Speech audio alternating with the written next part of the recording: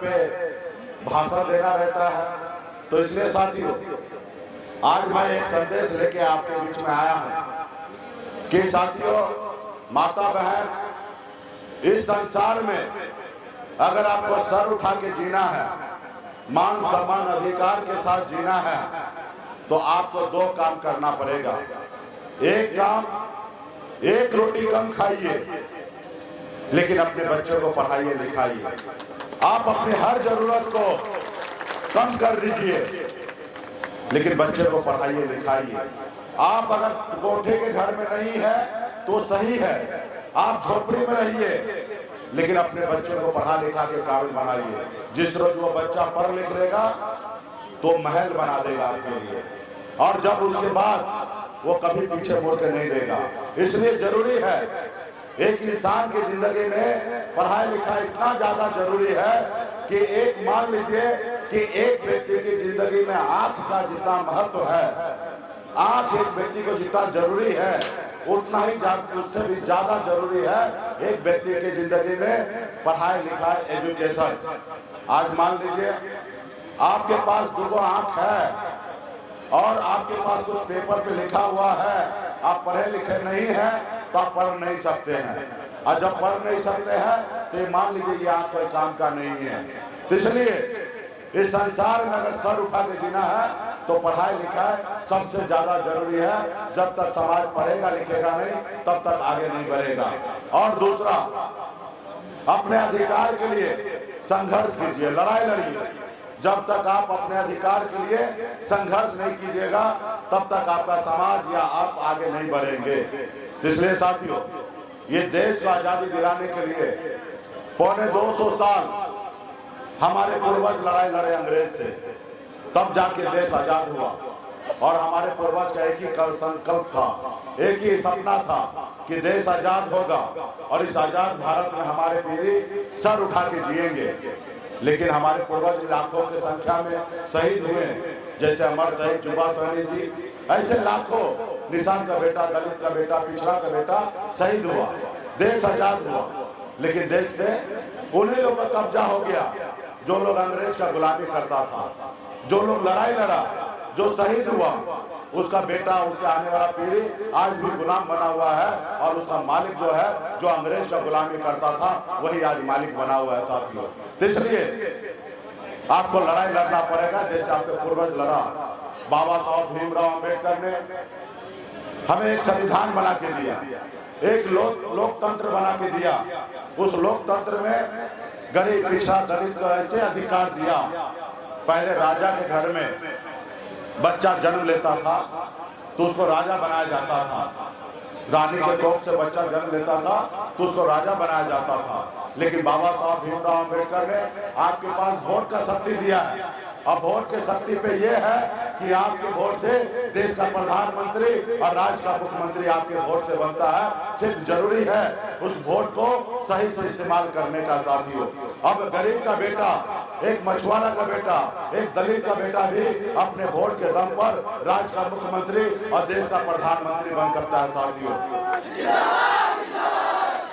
आपको पता होगा, उत्तर प्रदेश में एक दलित की बेटी बहन मायावती जी, दलित समाज वहां पे इतना कमजोर है, उनसे पूछिएगा आपसे 10-20 साल पहले कि बाबू आपने आज कल क्या खाए थे, तो उसको पता नहीं होगा।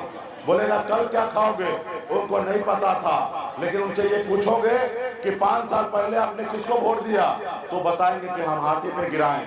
और उनसे पूछेगा कि 5 साल बाद किसको वोट गिराओगे, तो बताएंगे कि हम हाथी पे वोट गिराएंगे।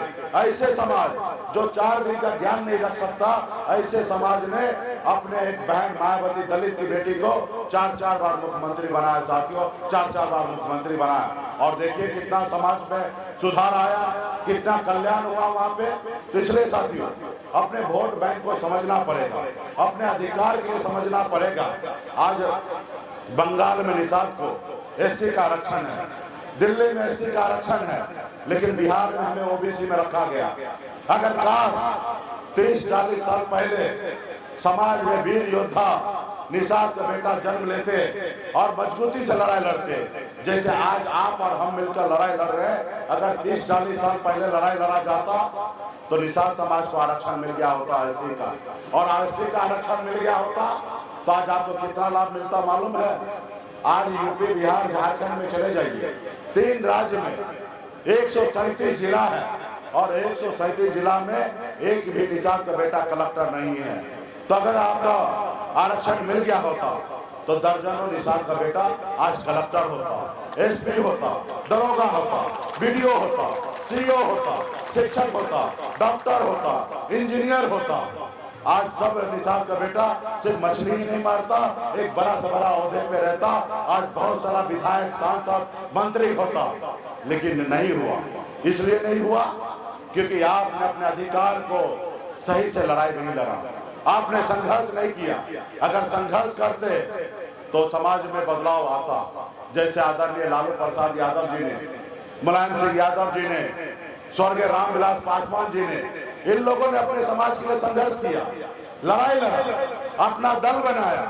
जब दल बना, इन नेता का इनके पास इन समाज के लोगों ने इनको साथ दिया, और जब साथ दिया तो 15 साल लालू जी बिहार के मुख्यमंत्री रहे, और जब बिहार में मुख्यमंत्री रहे तो देखिए समाज कहां से कहां पहुंच गया। और आज आप कहां हैं? पासवान जी या मुलायम सिंह यादव जी, इन लोगों ने अपने समाज के लिए लड़ाई लड़ा, संघर्ष किया, और संघर्ष के बदौलत अपने एक मुकाम को हासिल किया और अपने समाज को भी बहुत कुछ उन्होंने देने का काम किया। साथियों, जब तक आप संघर्ष नहीं करेंगे तो आगे नहीं बढ़ेंगे। आज मुझे देखिए, मैं भी संघर्ष किया, संघर्ष के बदौलत आज मैं इस मुकाम पे पहुंचा हूँ। आज मैं भी एक गरीब घर में पैदा लिया, जन्म लिया, जहाँ हजारों समस्या था वहीं पे मैंने जन्म लिया। पिताजी मछली मारते थे, दादाजी मछली मारते थे, उसी घर में मेरा भी जन्म हुआ, ऐसे परिवार में जन्म हुआ। अगर 4 रोज अगर मछली ना मारा जाए तो 5वां दिन घर पे खाना कैसे बनेगा, उसके लिए तकलीफ था। उसके बावजूद भी हम वहाँ पे पले बड़े हुए, लड़ाई लड़े, गरीबी से लड़ाई लड़े, संघर्ष किए। मात्र 18 साल की उम्र में, जिस उम्र में बच्चे को घर परिवार के साथ रहना होता है, उस उम्र में घर परिवार को छोड़कर बम्बई जैसे शहर चला गया।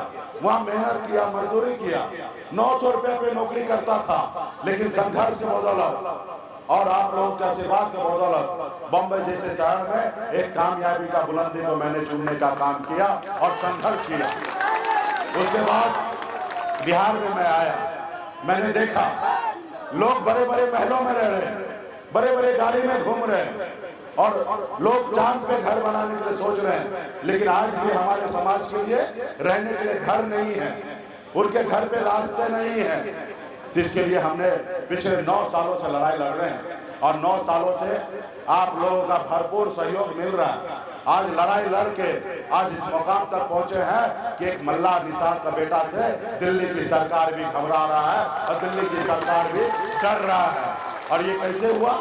ये संघर्ष के बदौलत हुआ है। अगर हम बॉम्बे में रहते, सोए रहते तो नहीं होता, या गांव में ही हम सोए रहते, सिर्फ मछली मारते तो इस मुकाम पे नहीं पहुंचते। हम इस मुकाम पे पहुंचे हैं संघर्ष के बदौलत। आज बिहार में हमने आरक्षण की जो लड़ाई लड़ा, अभी तक हमें कामयाबी नहीं हुआ, लेकिन हमने अपने पूर्वज से सीखा है कि हमेशा जब तक जिंदा रहेंगे तब तक लड़ाई लड़ेंगे, जब तक हम तोड़ेंगे नहीं तब तक छोड़ेंगे नहीं।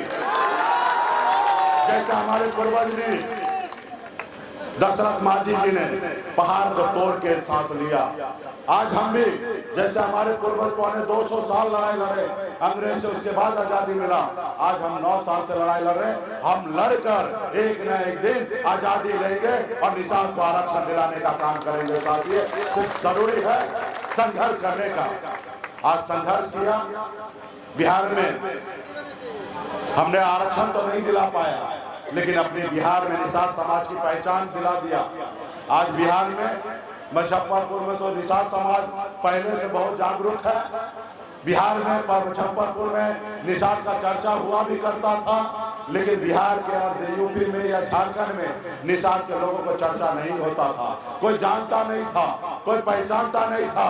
आज लोग जानने और पहचानने लगा है, और ये सब आपका और पार्टी का देन है कि आज लोग डर रहे हैं, लोग मान रहे हैं। कल तक निषाद का बेटा एक टिकट मांगने के लिए अपनी सारी उम्र बिता देता था, एक टिकट नसीब नहीं होता था, बड़े बड़े नेता के पीछे घूमता था, लेकिन आज परिस्थिति बदल गया।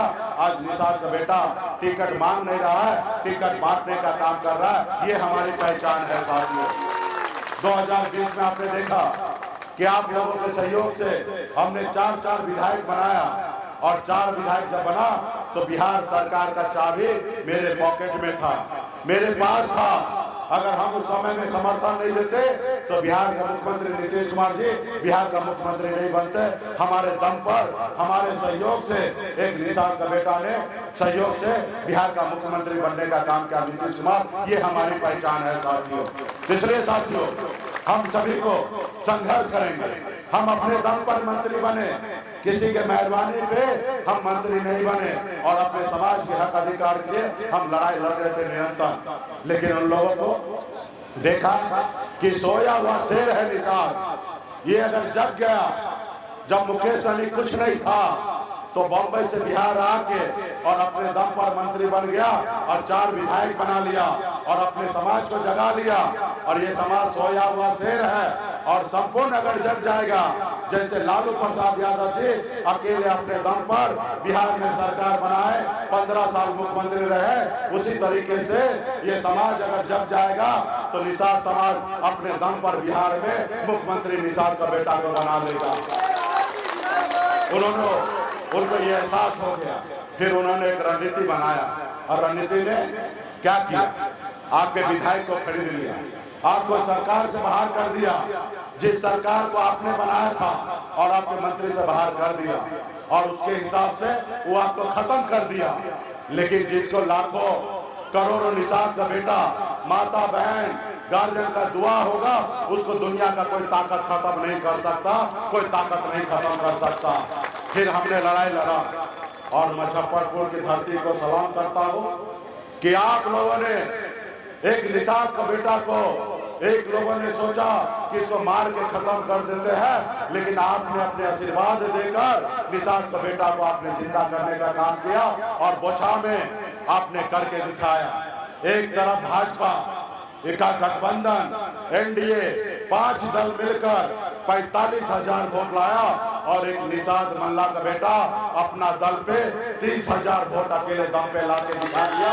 और वहीं पे भाजपा को उनकी औकात समझ में आ गया कि मुकेश सहनी जब 2020 में हमारे साथ था तो एनडीए यहाँ पे 12,000 वोट से जीता था, अब मुकेश सहनी हट गया तो हमने 37,000 वोट से भाजपा हारा, और 30,000 वोट अपने पास अकेले आया। और हमने देखा, हारने के बाद भी हमने घी का लड्डू बटाया, क्योंकि वो हमारे हार में भी हमारी जीत था, क्योंकि हमने दुश्मन को हराने का काम किया। उसके बाद उनको समझ में आ गया कि अब मुकेश सहनी को खत्म नहीं कर सकते हैं, मुकेश सहनी को बगैर दोस्ती किए हुए हम पार नहीं होंगे। जैसे कभी हम राम जी बगैर केवट महाराज के पार नहीं हुए थे, आज भी उनको एहसास हो गया कि निषाद समाज के बेटा के सहयोग से हम पार नहीं करेंगे और 2024 नहीं जीतेंगे। और उसके बाद कुरंडी में भी चुनाव हुआ, कुरंडी में भी आपने दिखा दिया एक निषाद का बेटा, कि निषाद का बेटा दुनिया का हर ताकत लगा दिया। भाजपा गठबंधन, महागठबंधन के लोगों ने एक भी निषाद का बेटा किसी को वोट नहीं दिया। हमने भूमियार कैंडिडेट भी दिया, उसको भी आपने 10,000 वोट देकर आपने आगे बढ़ाने का काम किया। आपने बता दिया कि जहां हमारा पार्टी है, जहां हमारा दल है, और हमारा दल जिसको चुनेगा हम उनको वोट देने का काम करेंगे, वहां पे किसी को हम देंगे नहीं। तो इसलिए आपने दिखाया, और फिर उन्होंने देखा और डरा और झुका मेरे पास, और हाथ मिलाने के लिए प्रस्ताव दिया, और हमसे कहा कि हमसे गलती हो गया, हमें माफ कीजिए और हमारे साथ आइए। हमने कहा कि हम गलती तुम्हारी माफ करेंगे। राजनीति में कोई दोस्त और दुश्मन नहीं होता, हम आपकी गलती माफ करेंगे। बस एक काम कीजिए, निषाद को आरक्षण लागू कीजिए, फिर हम आपको सारे गलती माफ करेंगे।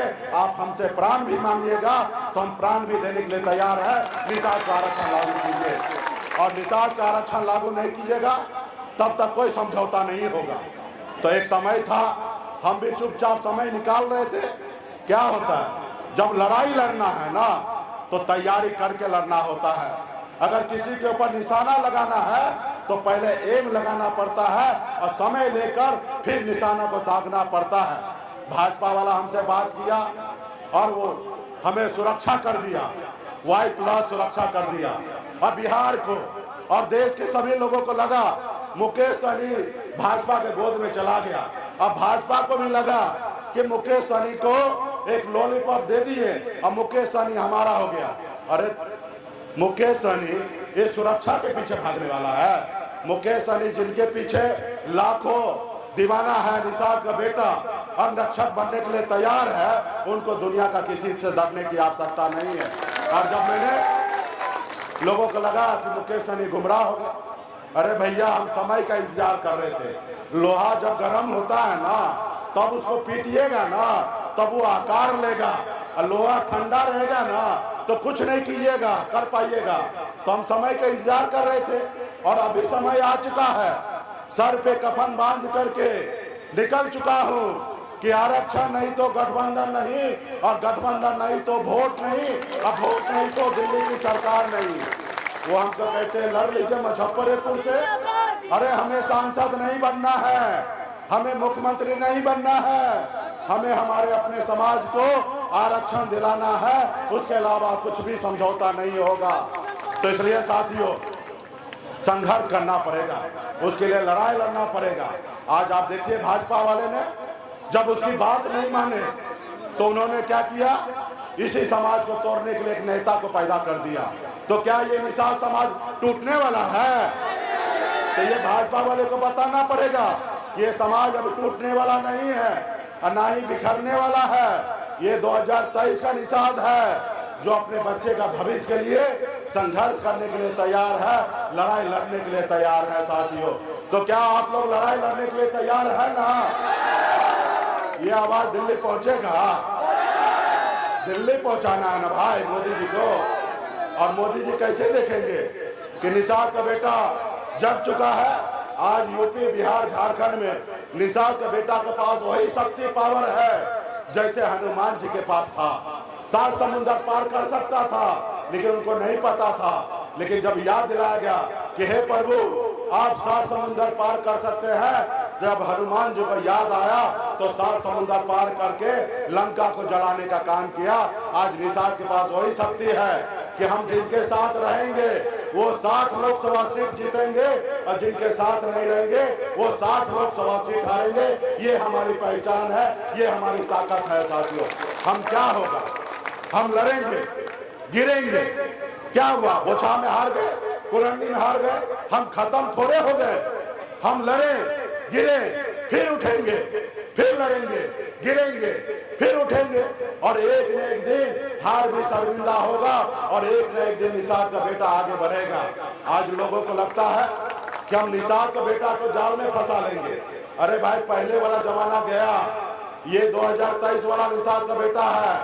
हम लोग मल्लाह है, मछली मारते हैं, जाल में मछली को फंसाते हैं, जाल में फंसने का काम कभी नहीं करते हैं। ये बम्बई रिटर्न है मल्लाह का बेटा। गांव में भी पापा बाप के साथ जाता था, मछली कैसे मारा जाता था हम देखे हैं कि 4 तरह से मछली मारते थे। एगो तो बंसी लगा के मछली मारते थे, दूसरा फेंका जाल से फेंक के मछली मारते थे, और तीसरा चट्टी इधर लगाते थे और उधर निकाल लेते थे। और उसमें भी अगर कोई 1-2 मछली बच जाता था तो देखते थे कि पिताजी जलकर को उपछा करा देते थे और एक एक मछली को चुन लेते थे। अब निषाद का बेटा आपके चुंगल में फंसने वाला नहीं है। जब तक अपने समाज को हक अधिकार नहीं दिलाएगा, जब तक लड़ेंगे नहीं, जब तक समाज को आरक्षण नहीं दिलाएंगे, तब तक हम लोग कोई चैन से बैठने वाले नहीं है। साथियों चैन से बैठने वाले नहीं है। सिर्फ जरूरी है सिर्फ संघर्ष करना। हर एक नौजवान अगर अपने बच्चे का भविष्य अच्छा देखना चाहते हैं तो संघर्ष कीजिए। आप अगर चाहते हैं अपने परिवार को, आने वाला पीढ़ी को कुछ देना चाहते हैं तो संघर्ष कीजिए। और हर एक निषाद का बेटा मेरे जैसा बन सकता है। अभी लोग देखता है कि मुकेश सहनी करोड़ों को गाड़ी में घूम रहा है, लोग परेशान है कि इतना पैसा कहां से आया। अरे बेवकूफ आदमी, अभी तो मुकेश सहनी खिसे घुमा है, आने वाला समय में निषाद का हजारों का हजार बेटा करोड़ों के गाड़ी में घूमने वाला है, तुम खाली देखते हो। तो इसलिए साथियों बहुत बहुत धन्यवाद देता हूँ आप सभी को। और आगे कार्यक्रम है और बारिश भी, इंद्र देवता भी हमारे ऊपर प्रसन्न है। और जब भी मुजफ्फरपुर कार्यक्रम होता है तो इंद्र देवता का आशीर्वाद विशेष हमको मिलता है, क्योंकि जल ही जीवन है। और हम लोग तो निषाद मल्ला का बेटा है और पानी से तो हमारा युगों युगों से रिश्ता है, तो हम पानी से कभी घबराने वाले नहीं है, पानी से तो हम प्यार करते हैं। तो इसलिए अभी संकल्प करने का समय है। तो क्या आप लोग लड़ने के लिए तैयार हैं? हाँ, तो लड़ने के लिए तैयार है तो मोदी जी को पता चले तो संकल्प भी करना पड़ेगा। जो निषाद का बेटा है सभी संकल्प कीजिए, और जो निषाद का बेटा है और संकल्प नहीं करना चाहते हैं तो बड़ा मंच पे साइड में आके खड़ा हो जाइए। और आपके पास एक दवा का बोतल आया है, क्योंकि हमको पता है कि भाजपा को कौन सा डोज पड़ेगा तो भाजपा ठीक होगा और आरक्षण लागू करेगा। तो हम लोगों ने जैसे भी कोरोना में कैसे वैक्सीन बना, वैसे हम लोग भी वैक्सीन बनाए हैं और हम अपने लैब में बनाए हैं, और उसका नाम है गंगा जल। बिहार से बाहर जाइएगा, दिल्ली में कोई पत्रकार पूछेगा भाई क्या चल रहा है, तो लोग बोलता है कि बिहार में कुछ नहीं चल रहा, सिर्फ गंगा जल ही चल रहा है, गंगा जल चल रहा है। तो सभी माता बहन गंगा जल को निकालिए, सभी अपने अपने जेब से निकालिए और हाथ में लीजिए। जैसे पंडित जी आपको देता ना शुद्ध होने के लिए, तो ढक्कन को खोलिए और हाथ में लीजिए और हाथ को ऐसे कीजिए ताकि वीडियो कैमरा में एक एक हाथ को दिखे और मोदी जी को पता चल जाए कि अब मल्ला के बेटा वोट बेचेगा नहीं, क्योंकि उन लोगों को लगता है कि वोट खरीद लेंगे। ऐसे तो निषाद ने दिखा दिया कि हम वोट बेचेंगे नहीं। तो आप लोग, हम संकल्प पत्र पढ़ेंगे और हाथ पे लो भाई, हाथ पे लो, शुरू करो, खोलो ढक्कन खोलो, हाँ ढक्कन खोल के हाथ पे लो। और नेता लोग को भी दीजिए भाई, नहीं तो नेता लोग चुनाव में पहले बदल जाता है। हाँ, मैं बाबा केवल महाराज, भगवान वेद व्यास, प्रभु श्री राम, भगवान गौराज निषाद, बाबा अमर सिंह, बाबा काशी, बाबा जयसिंह महाराज, बाबा कारिक महाराज, बाबा कोयला, माता कमला, अमर साई जुब्बा सानी, वीरांगना फूलन देवी और अपने पूर्वज को साक्षी मानकर हाथ में गंगा जल लेकर संकल्प करता हूँ कि अपने समाज और अपने आने वाला पीढ़ी के लिए हर परिस्थिति में संघर्ष करूंगा और अपनी विकासशील इंसान पार्टी के साथ रहूंगा। पार्टी जो निर्णय लेगी हम उस निर्णय के साथ रहेंगे। हम संकल्प लेते हैं एक रोटी कम खाएंगे, लेकिन अपने बच्चे को पढ़ाएंगे लिखाएंगे। हम संकल्प लेते हैं एक एक निषाद के घर पे जाएंगे और सभी को संकल्प करवाएंगे। जय निषाद राज, जय बाबा केवल महाराज, जय वीआईपी, जय बिहार। तो देखिए इस मैदान में जितने भी माता बहन नौजवान हैं सभी गंगा जल से पवित्र हो चुके हैं, हम शुद्ध हो चुके हैं। और मोदी जी आप देख लीजिए मुजफ्फरपुर में निषाद का बेटा ने एक एक संकल्प ले लिया है कि जब तक आप आरक्षण नहीं दीजिएगा तब तक आपसे कोई समझौता नहीं करेंगे और आपसे लड़ेंगे, और आरक्षण दे दीजिएगा तो आप हमसे प्राण भी मांगिएगा तो हम देने के लिए तैयार हैं। आरक्षण दे दीजिएगा तो हमको एको लोकसभा नहीं दीजिएगा तो भी चलेगा, हमको सांसद बनने का घाई नहीं है भाई। हम तो एक बार बिहार में मंत्री बन गए, अब हम मरेंगे भी ना तो तिरंगा में लपटाएंगे। अब इससे ज्यादा ही सपना कभी नहीं देखे हैं। आज घर परिवार को बम्बई में छोड़कर अपने लिए लड़ाई नहीं लड़ रहे हैं, आपके लिए लड़ रहे हैं कि आपके चेहरे पे मुस्कान आए, खुशी आए। आज आरक्षण से हमको क्या कहाँ जरूरी गिरेगा। आज इतना रुपया हमने खर्चा किया कि एक छोटा सा जिला खरीद सकते थे, इतना जमीन हम खरीद सकते थे जितना कि हमने आज बिहार में लोगों के लिए काम किया और समाज के लिए लड़ाई लड़ने के लिए आज खर्च कर रहे हैं। सिर्फ आप लोगों का दुआ प्यार सिर्फ यही काफी रहे। और आप लोगों ने हमेशा शक्ति दिखाया। जब 2015 में हम बिहार में पहली बार आए, 14 में आए या 15 में, देश में एक लौता निषाद का बेटा था जो माननीय प्रधानमंत्री जी को बराबरी का टक्कर दिया और रैली करके सामने दिखा दिया। ये एक लौता निषाद का बेटा है जो पूरा देश और दुनिया में चर्चा हुआ। ये निषाद का बेटा कभी घबराने वाला नहीं है, ना ही कभी डरने वाला है, ना ही टूटने वाला है। बहुत बहुत धन्यवाद सभी साथी को। और हमारे पास यहाँ पे